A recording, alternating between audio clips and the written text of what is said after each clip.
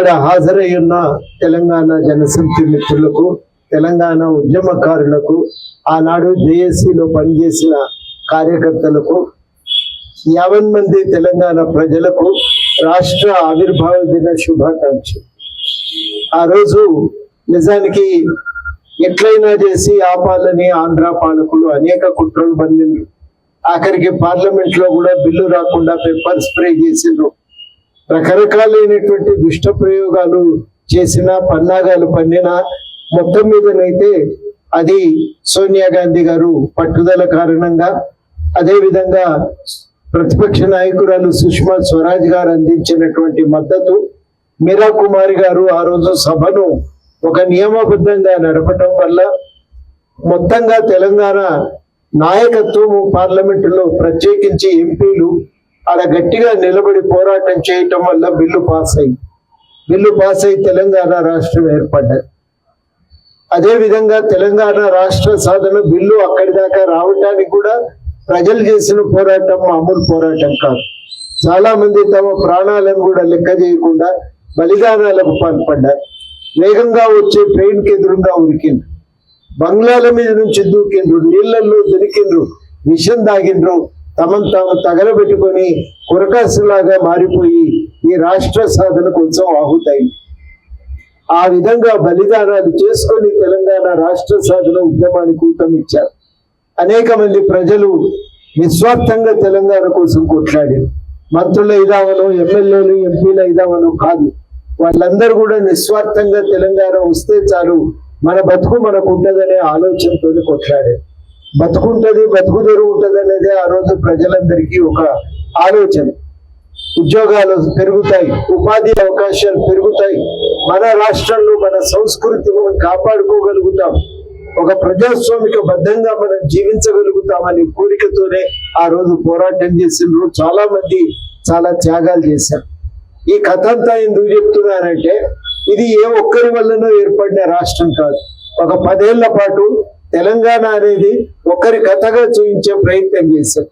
కానీ ఇందులో ఏ ఒక్కరే హీరోలు కాదు, 50 మంది ప్రజలు హీరోలు. సమరశీలతో సంఘటితంగా కొట్లాడటం వల్లనే తెలంగాణ రాష్ట్రం ఏర్పడింది. ఈ విషయం మనం గుర్తుపెట్టుకుంటే మనకు 2 విషయాలు స్ఫురణకు వస్తాయి. మొదటిది ఏంటంటే, ఈ అందరి ఆకాంక్షల సాధనే ఇప్పుడు ప్రభుత్వాలకు లక్ష్యంగా ఉండాలి. ఇవాళ తెలంగాణ ప్రజలకి బతుకు తెరువు పెరగాలి, అవకాశాలు పెరగాలి, వాళ్లకు ఇవాళ మెరుగైనటువంటి జీవితం దొరకాలి, గౌరవప్రదంగా బతికే అవకాశం కావాలి. అది ఇవాళ ప్రజలు కోరుకుంటున్నారు.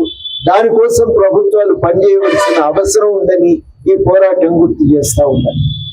రెండవది చాలా కీలకం, ఇంతగా పోరాడినటువంటి యోధులందరికీ కూడా ప్రభుత్వం సహాయం చేయాలి, ఏదో ఒక రకంగా సహాయం చేయాలి, వాళ్లకు మొట్టమొదటి గుర్తింపులు ఇవ్వాలి. రెండవది, వాళ్ళ సంక్షేమం కోసం ఒక బోర్డు ఏర్పాటు చేయాలి. అదే విధంగా అందరం ఏం కోరుకుంటున్నామంటే, వాళ్ళందరి అభ్యున్నతి కోసం సంక్షేమ పథకాల్లో వాటా ఇవ్వాలి. అదే విధంగా ఇతర హామీలు కూడా ఒక 250 గజాలు జాగా ప్రభుత్వం హామీ ఇచ్చిన విధంగా ఇవ్వాలని ఈ సందర్భంగా కోరుతా ఉన్నాం. ఈ 2 నెరవేరినట్టయితే తెలంగాణ ఉద్యమకారులందరికీ కూడా కొంత శాంతిస్తారు. మొట్టమొదట ఎవరమైనా ఈ లక్ష్యాలు సాధన జరగాలంటే తెలంగాణ ఉద్యమ చరిత్రను సరి చేసుకోవాలి. ఇది ఒక్కరి పోరాటం కాదు, సమస్త జన్ల పోరాటం, సకల జన్ల సంఘటిత పోరాటం ఫలితంగా ఏర్పడ్డదనేది మొట్టమొదటి రికార్డు కావాలి.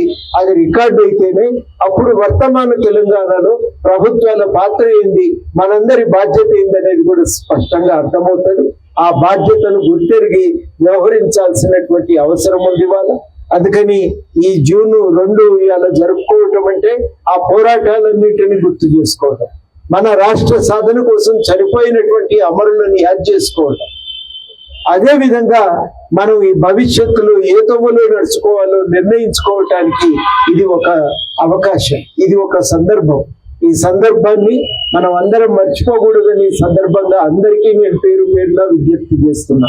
తెలంగాణ ఏర్పడటంతో మనకు ఒక గుర్తింపు వచ్చింది. ఇవాళ ఈ రాష్ట్రం మంచి చెడును ఆలోచించుకునే అధికారం మన చేతిలో ఉంది. ఇక్కడ మాట్లాడి పరిపాలన చేసే వాళ్ళు కానీ, అవసరమైతే వాళ్ళకు ప్రజల తరఫున నిలబడి సూచన చేసే వాళ్ళు కానీ ఇవాళ తెలంగాణ ప్రజలే. ఇవాళ తెలంగాణ సంస్కృతికి ఒక గుర్తింపు దొరికింది. ఒక తెలంగాణలోనే కాదు, ప్రపంచవ్యాప్తంగా గుర్తింపు దొరికింది.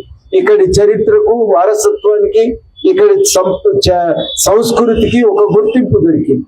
ఇవాళ అన్నిటికంటే మించి ఇక్కడ ప్రజల బతుకుదెరువు అవకాశాల గురించి ఆలోచించే అవకాశం కలిగింది. ఇక్కడి వనరులు ఇక్కడి ప్రజలు సాధించుకునే పరిస్థితి ఏర్పడ్డది. ఈ సమయంలో మనం ఆలోచించుకోవాల్సింది ఇక్కడ చాలా కీలకంగా మన కృష్ణా నదిలో మన వాటా మనకు దక్కాలి, గోదావరిలో నీళ్లు మనం వాడుకునే సందర్భం రావాలి. దురదృష్టవశాత్తు పోయిన ప్రభుత్వం ప్రాజెక్టులు కట్టింది కానీ అవన్నీ కూలిపోతున్నాయి, నీళ్లు మనం వాడుకోలేని పరిస్థితి, కానీ అప్పులు మాత్రం నెత్తినబడిపోయినాయి. ఈ దుస్థితి నుంచి బయటపడటానికి తెలంగాణ మళ్ళీ పోరాటమే చేసింది.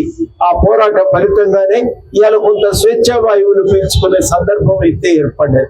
ఈ సందర్భం నుంచి ఇవాళ ప్రజల గురించిన ఒక చర్చ మళ్ళీ ప్రారంభమైంది.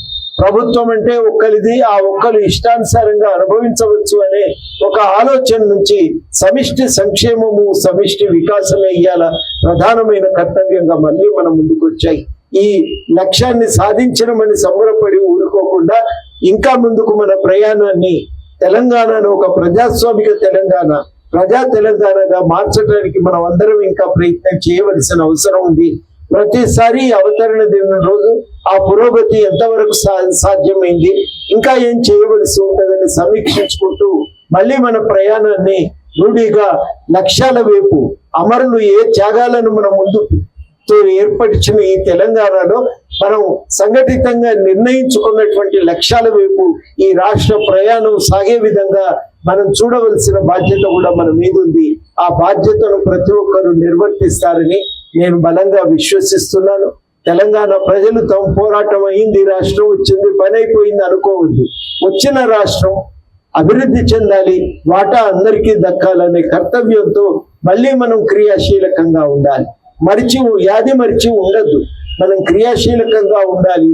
మన జీవితం బాగుపడే విధంగా మన ప్రయత్నం అనేది మనం కొనసాగిస్తూ ఉండాలి.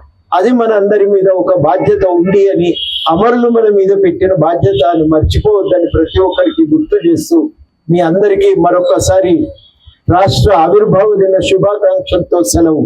జై తెలంగాణ, జోహార్ తెలంగాణ అమర వీరులకు.